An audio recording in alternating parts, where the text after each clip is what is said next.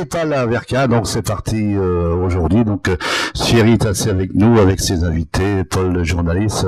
D'abord pour les auditeurs, situé où est Verca? Tu vois, Verca, c'est facile, c'est au centre de la région Nord-Pas-de-Calais, un petit peu au cœur de la France et au cœur de l'Europe. C'est pas difficile à trouver.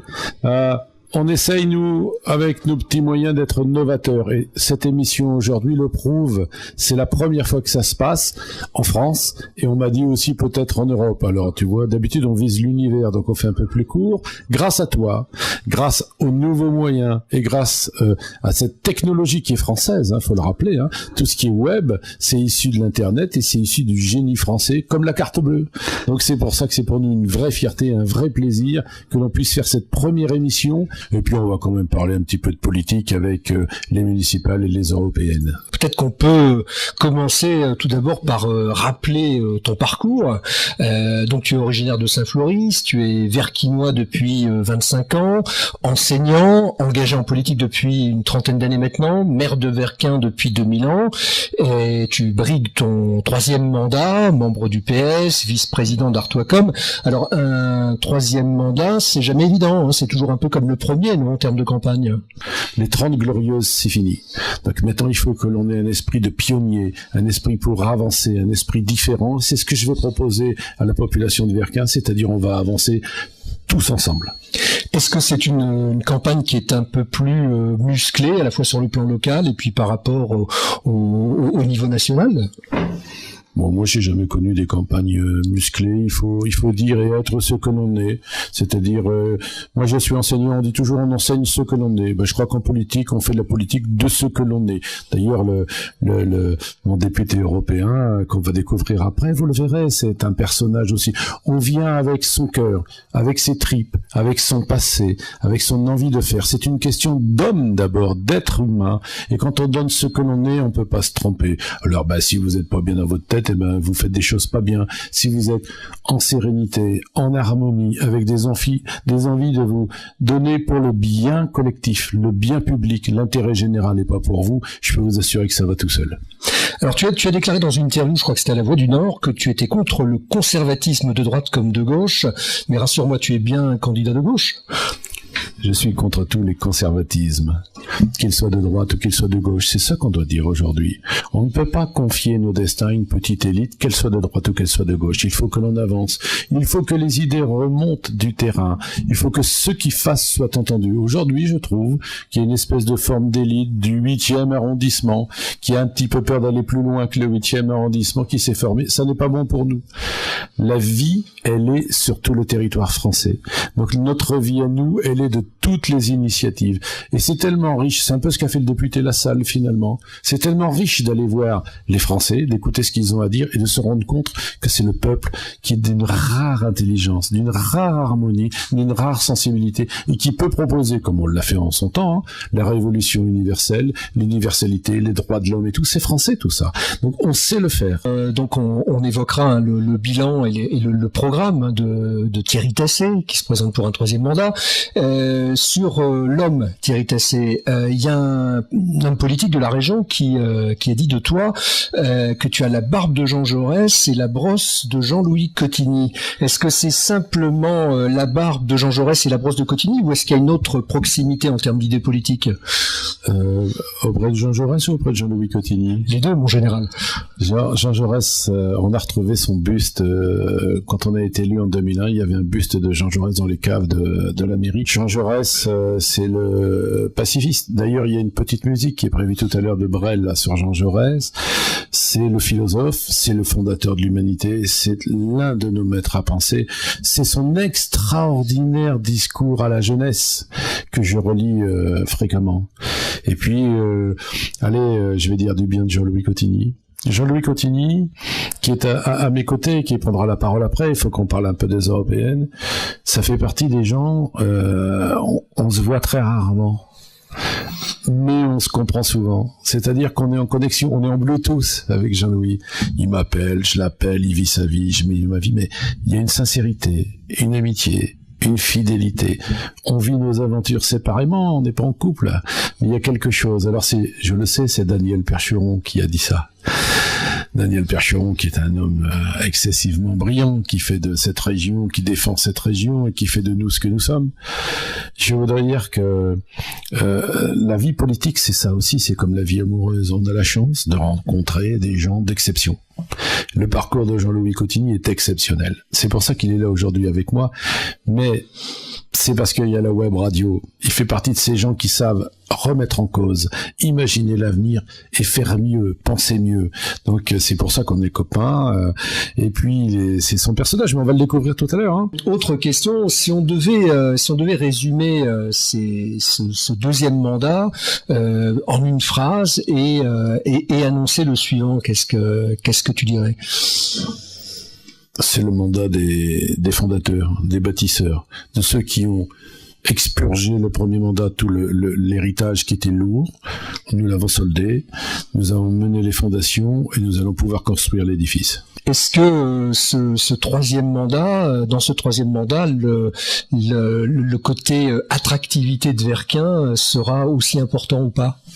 Ah bah beaucoup plus. Hein. Nous, on s'est fixé juste un petit objectif, c'est d'être le centre de tout, une ville émergente, un peu comme le Brésil.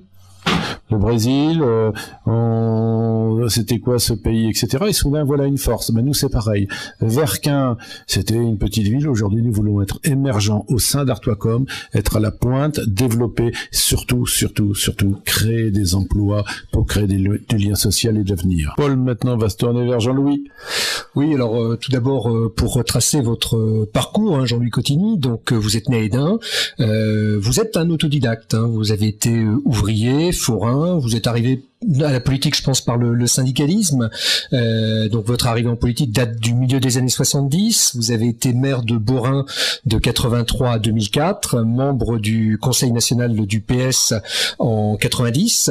Vous avez eu une première expérience de député européen à la fin des années 90, qui était due d'ailleurs au départ, si je me trompe pas, du départ de Bernard Kouchner.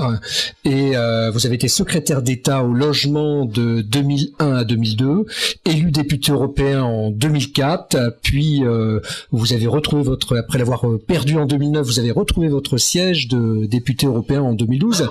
Alors tout d'abord, hein, pour faire la transition avec notre ami Thierry, vous qui avez été maire pendant 20 ans, plus de 20 ans, est-ce que c'est dur de décrocher un troisième mandat? Non, c'est pas dur. Je crois que c'est le mandat le plus passionnant. Vous allez comprendre. Quand on est candidat la première fois, c'était le cas de Thierry, on a une idée pour sa commune et on veut changer les choses. Donc, en réalité, c'est pas soi-même que l'on gagne, c'est l'autre qui perd. Le sortant perd.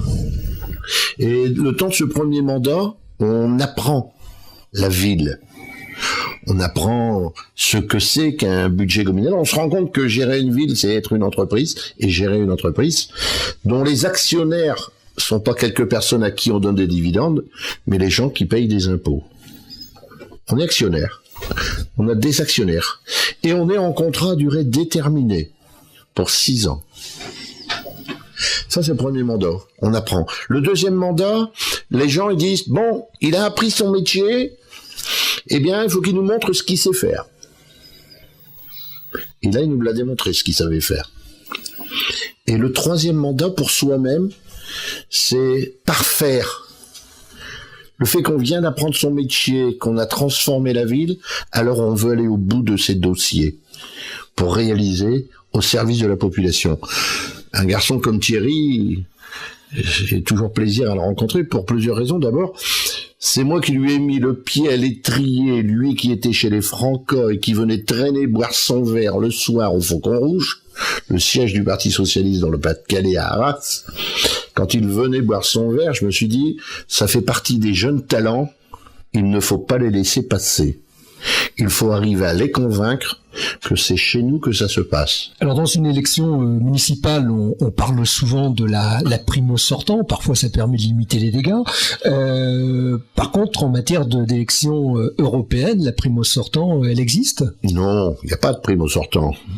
Ce qui est terrible avec des élections européennes ou avec l'Europe, c'est que quand vous êtes en train de bosser à Bruxelles ou à Strasbourg, on a l'impression que vous ne foutez rien parce qu'on ne vous voit pas sur le terrain. Entre 2004 et 2009, le député européen qui a été le plus présent, qui a apporté de plus de modifications dans l'institution européenne parce que je présidais la commission emploi et affaires sociales, s'appelait Jean-Louis Cottigny. 98% d'activité, la durée du mandat. Et pour autant, je me suis pas retrouvé en position éligible en 2009.